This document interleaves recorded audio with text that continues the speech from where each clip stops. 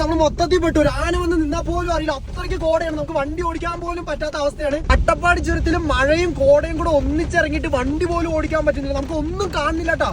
വളരെ ഡേഞ്ചർ ആയിട്ടാണ് നമ്മൾ വണ്ടി ഓടിച്ചുകൊണ്ടിരിക്കുന്നത്. ഏത് നിമിഷം വേണമെങ്കിലും നമ്മൾ അപകടത്തിൽപ്പെടാവുന്ന അവസ്ഥയിലായിരുന്നു. ശ്രദ്ധിച്ചോടിച്ചില്ലെങ്കിൽ വണ്ടി കൊക്കയിലേക്ക് മറിയും. കാരണം നമുക്ക് റോഡ് കാണാനേ പറ്റുന്നുണ്ടായിരുന്നില്ല. അട്ടപ്പാടി ചുരത്തിലേക്കുള്ള റോഡിലെ പല സ്ഥലങ്ങളിലും കുഴികളാണ്. കോടയും മഴയും കാരണം റോഡിലെ കുഴി കാണാത്തതിനാൽ റോഡിലെ കുഴികളിലൂടെ എല്ലാം ഇറക്കിയിട്ടാണ് നമ്മുടെ കാർ ഓടിച്ചത്. പുറത്തുനിന്ന് വീഡിയോ എടുക്കുമ്പോൾ ഇങ്ങനെയെങ്കിലും കണ്ടു കാണാം, എന്നാൽ വണ്ടിയുടെ ഉള്ളിൽ നോക്കുമ്പോൾ ഇതാണ് അവസ്ഥ. ചെക്കന്മാര് പുറത്തോടെ തലയിട്ട് നോക്കിയിട്ടാണ് നമുക്ക് വഴി പറഞ്ഞു തരുന്നത്. എങ്ങനെയൊക്കെയോ നമ്മൾ പകുതി ചുരം കയറി വ്യൂ പോയിന്റിന്റെ അവിടെ എത്തി. എങ്ങനെയെങ്കിലും നമുക്ക് വണ്ടി ഓടിച്ച് ചുരത്തിന്റെ മുകളിൽ എത്തണം. അങ്ങനെ നമ്മൾ യാത്ര തുടർന്നപ്പോൾ വഴി തന്നെ വലിയൊരു കല്ല് അത് മണ്ണിലെടുത്ത് മാറ്റി. അപ്പോഴേക്കും ഇതേ ഒരു KSRTC വന്നു. ഇതൊക്കെ എങ്ങനെയാണോ ഈ ചുരം ഇറങ്ങി പോകുന്നത്? എന്തായാലും ഡ്രൈവർമാരെ സമ്മതിക്കണം. ഇതുപോലത്തെ എക്സ്പീരിയൻസ് ഇതിനു മുമ്പ് ഉണ്ടായിട്ടേ ഇല്ല.